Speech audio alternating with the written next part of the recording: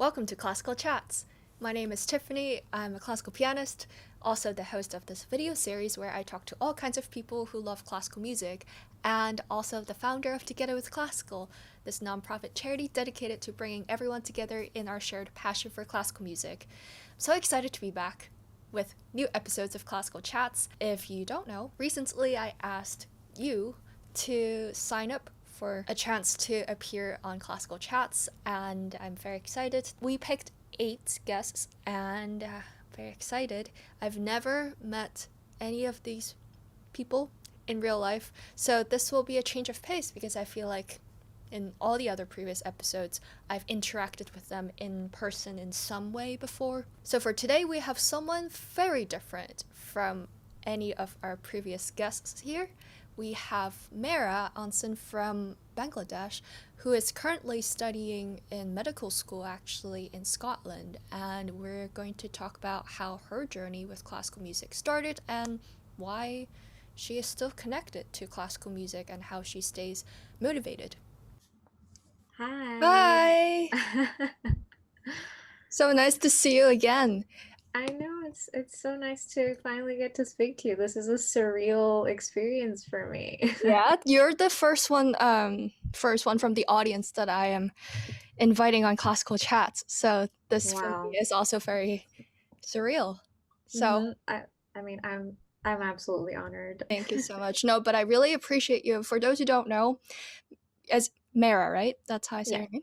Mehra Mara. was kind of with me from the beginning of this Together with Classical project Mhm. that became now a nonprofit charity and now also a YouTube channel. And she was one of the people who filmed her answers for what is classical music to her. And yeah, Mhm. so let's let's get started. I'm curious Yep. because I think something that's very interesting is that you mentioned in your application that you don't do this for money, but you just want to play for your passion, but you're also a medical student. So do you want to tell me a bit more how your journey with music started? Mhm. Yes, so you're absolutely right. It's not my primary occupation. So I'm actually a medical student in my fourth year, and I started playing from kind of a late age. So I started from around 10, 11, and I'd say compared to child prodigies, that's kind of a late start. So when I was choosing my career, something that I also want to talk about is being demotivated by virtuosos, but I Mm. will get to that later. Yeah, that's a Um, good topic. so yeah, so I sort of decided to choose something that I felt that I would excel at, which was medicine, as opposed to music that I love with all my heart and soul, and it's my life's passion and a happy place, but not necessarily something that I need to pursue as a career or monetize and get, satisfaction out in that way.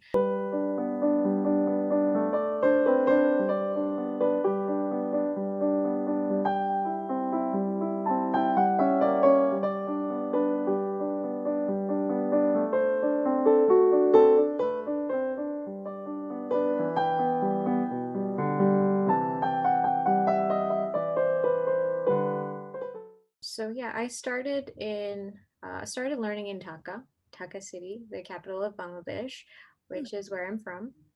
And the thing about South Asia is that we sort of don't have that much of a rich cultural history in classical music, especially piano music. Why did And you we're start? sorry, Why did you start?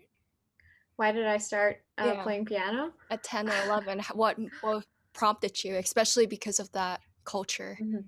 Yeah, that's a great question. I can't really explain it. I guess no one in my age group was interested in classical music, and um, they were more into Bengali music or English pop music. So I can't really explain why I had a natural affinity towards it. Maybe it's just inherently something that I was drawn to.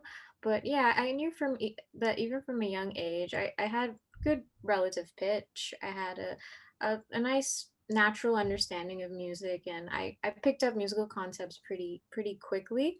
And yeah, I remember, I think I talked about this in the video that I sent in. I was like introduced to Beethoven from a really young age, Yeah. in a music box. And yeah, and then I heard a lot of Chopin pieces growing up, a lot of Liszt pieces growing up. And even from a young age, I was just like, I want to play this. I love it.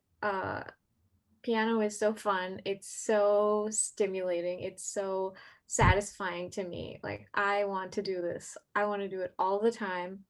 I want to wake up doing it. I want to go to sleep doing it. That's sweet. So, yeah. But then my sister, she and I had the same upbringing, but she didn't have that kind of affinity towards piano. And she had piano lessons as well. And she actually quit Oh, half midway. So I think it's inherent. Like, you can't really explain why some people have an affinity towards an instrument and other people don't, even if you have the same upbringing, you hmm, know? that's Yeah. interesting. And then Yeah. how did it develop from there?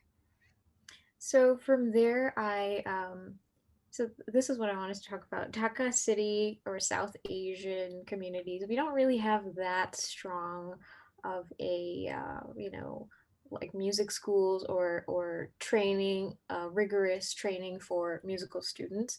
So I sort of started on an amateur level and juggled through a few teachers here and there, but felt that I didn't really get the musical education that I could have gotten had I stayed in Canada. So I'm half Canadian. Mm. So had I stayed there, I think I would have gotten a stronger foundation in my musical education.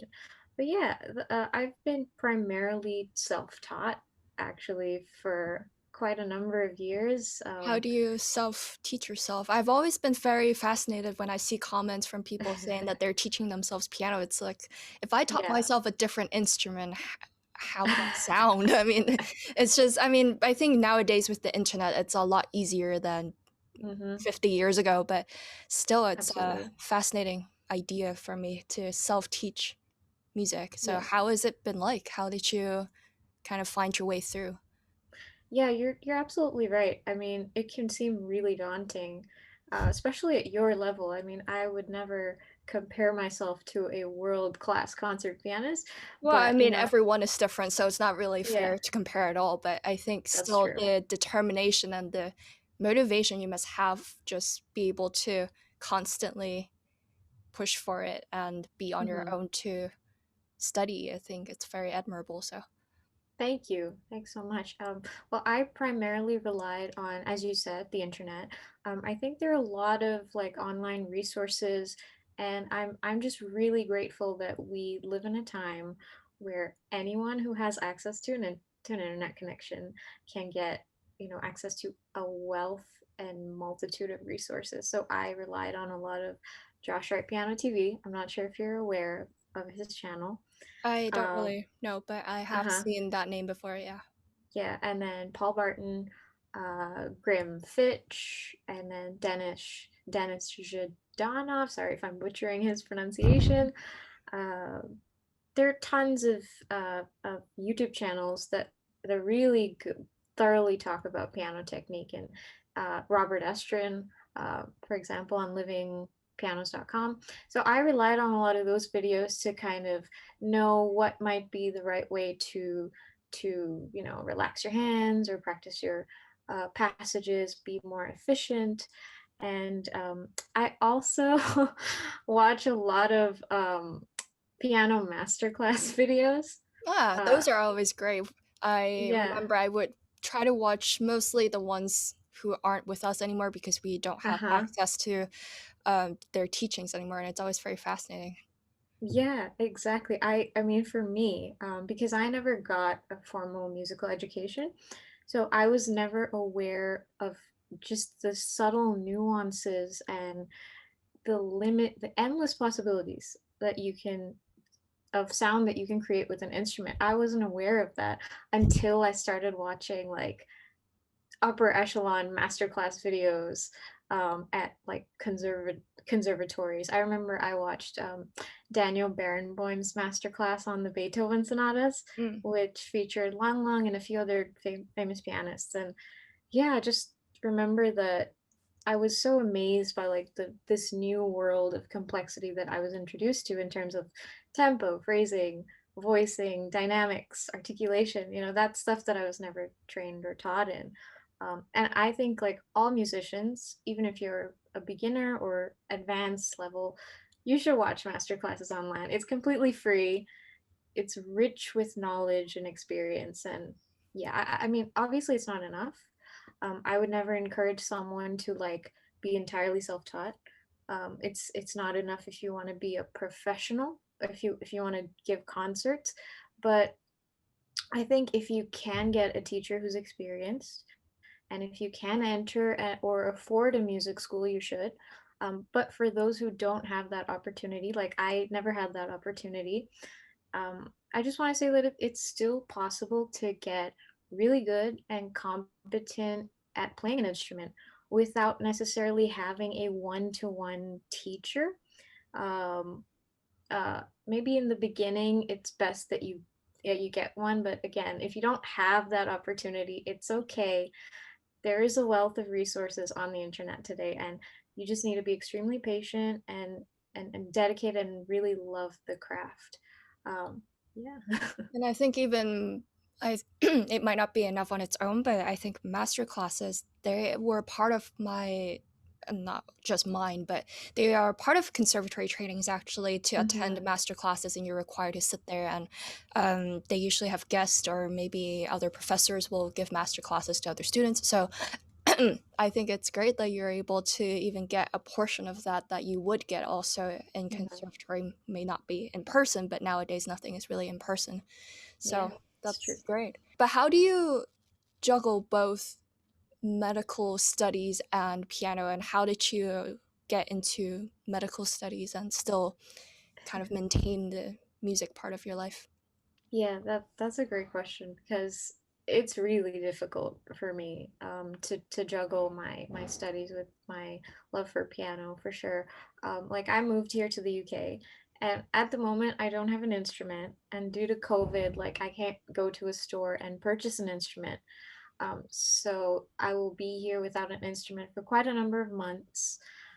So that's difficult for me. And obviously, the medical system is rigorous. You are how many years in medical school? So I'm in my fourth year. I'm 20. I just turned 22, and I have about 3 years left. And yeah, medical medicine is a long, long journey. Mm. Um, but I actually joined medicine because I'm a good biology student. I've always been a great student in biology, and yeah, So you see it's it. yourself going into the medical route? I do. I just on a simple level, like probably as a general practitioner or a internal medicine specialist, like just the bare bones, Mm. just as a regular doctor. And then I want to have free time to, buy a grand piano, practice my pieces. I think I'll be very, very happy. Like I said, like you don't have to monetize your passion. It's not the right route for everyone.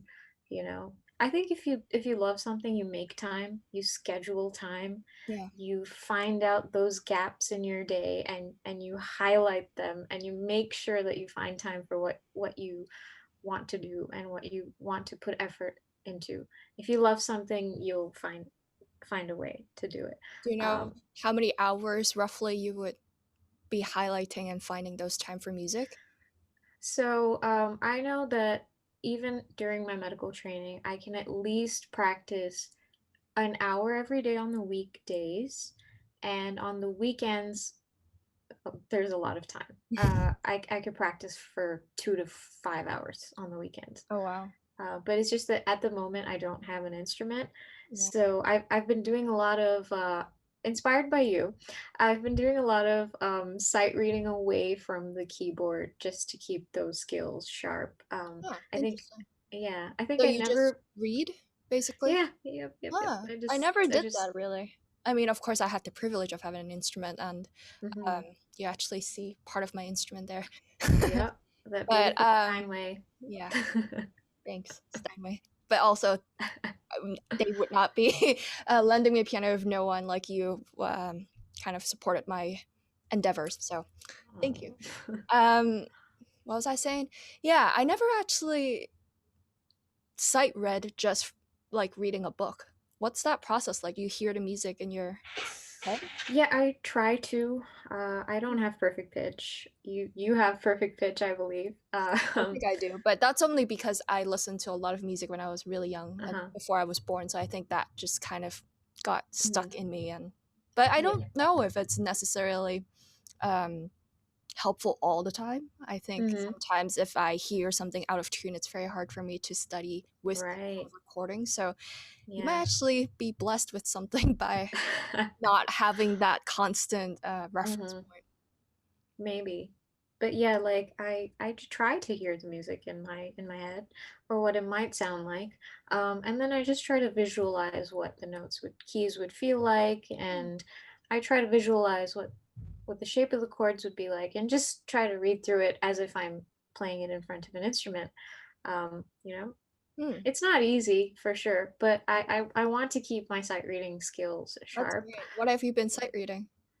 I've been doing a lot of Bach chorales, a lot of Chopin preludes, which are a bit tricky, quite tricky actually. Um, but just generally, if I have something in mind or something that stuck in my head, I'll just check out the sheet music and have a go at it, internally of what it might look like if I was actually playing it on an instrument. It helps a lot for sure. Yeah, wow, that's really inspiring because even without the instrument, you're still so connected to the music, and that just shows that you really, really, really love classical music. So it's I great. do. I really do. I actually have an alarm on my phone Ah, that says time to sight read. that's really cute. Yeah, I think a lot of Yeah. people just get scared that they don't sound good when they sight read, but then through the Hmm. process of it, you eventually get better, just like you're reading a foreign language and you don't have to Yeah. look up the words every single sentence. So that's Yeah. good. I guess last point is about what you were saying, not being afraid of virtuosos or not being Hmm. demotivated because of how good they are in comparison to just what you are doing. So Hmm. you can share some thoughts on that. Yeah. So I think it's important to not be demotivated by virtuosos because I guess you'll agree with me that we've sort of reached such a peak and high level of piano virtuosity, especially in 2020. I mean, I frequently see 13-year-olds, 14-year-olds on YouTube playing the Liszt Transcendental Etudes and Ravel's Scarbo. And they're not only technically proficient, but there's emotional maturity. How does that happen? So of course, when you see those sorts of videos, especially me, when I was deciding a career path, that definitely demotivated me. I won't lie. Um, and I constantly, especially at a young age, it can hurt your self-esteem, and you constantly compare yourself to them. And I question my own abilities, especially because I had a late start at 10 to 11. I had no formal training, no experience with orchestras. And if you compare yourself to those child prodigies who start at age 2 to 5, they get into gifted music schools. Their teachers are world class pianists. That's a really scary comparison. And I think in retrospect, I realized that no matter what level you reach professionally, you will always feel that there's someone out there who's better than you in some way. Yeah, exactly. Uh, Compare yourself to child prodigies. It's like, it's not a race, it's a marathon that you're running, and you're the only person who's running. And I've seen your sight reading videos, which are so inspirational. And to me, it's absolutely mind blowing that your sight reading skills are so good, but you always say that you don't think you're the best, Yeah, that there's because someone in your community or amongst your peers who are better than you. So yeah, I yeah, I think. definitely can't just sit there and play everything perfectly. You see me kind of struggle a bit, and sometimes I read the wrong notes, and Uh-huh. it's a whole thing. But yeah, so how do you Exactly. stay motivated Yeah. despite all of this Yeah. comparison?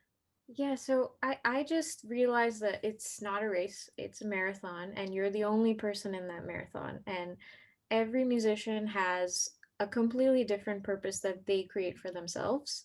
And you don't have to compare yourself to what someone else is doing. Like some musicians will be the upper echelon world-class concert pianists, and there will be other musicians who will just be satisfied and happy with like posting snippets of their piano covers on Instagram. That's what I do. Some musicians will teach, some will vlog, start charities or classical chats.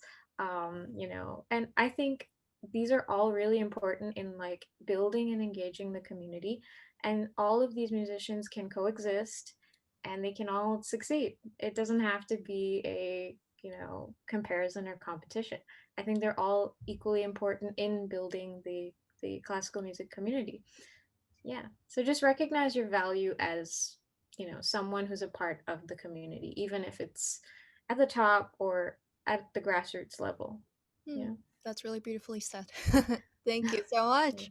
I hope Thank this you. kind of gives someone the motivation to think of it like that, just that it's not constantly a race against something. I think Hmm. while there is something very beautiful in that, there's always something better. So that's why I think my motto is always keep striving. But in a way, you don't have to constantly be comparing yourself to something else that seems unattainable as long as it's Yeah. there for the passion of music. I think that's most important. Thank you so much for being Okay. on. Thanks so much. That was very fun. That was my first guest that I've never met, and we just connected because of our shared passion for classical music. So, thank you for being with me here on Together with Classical on Classical Chats. If you enjoyed this episode and want more, please subscribe. We are still a very new channel, even though we have recently surpassed 6,000 subscribers. My personal goal, ambition, is to reach 10K by the end of this year. Will we do it? Will we make it? I don't know. Click the button. Because it's free and you'll make so many people happy because all these people coming on would love to share their stories with as many people as possible. So, thank you so much. See you soon.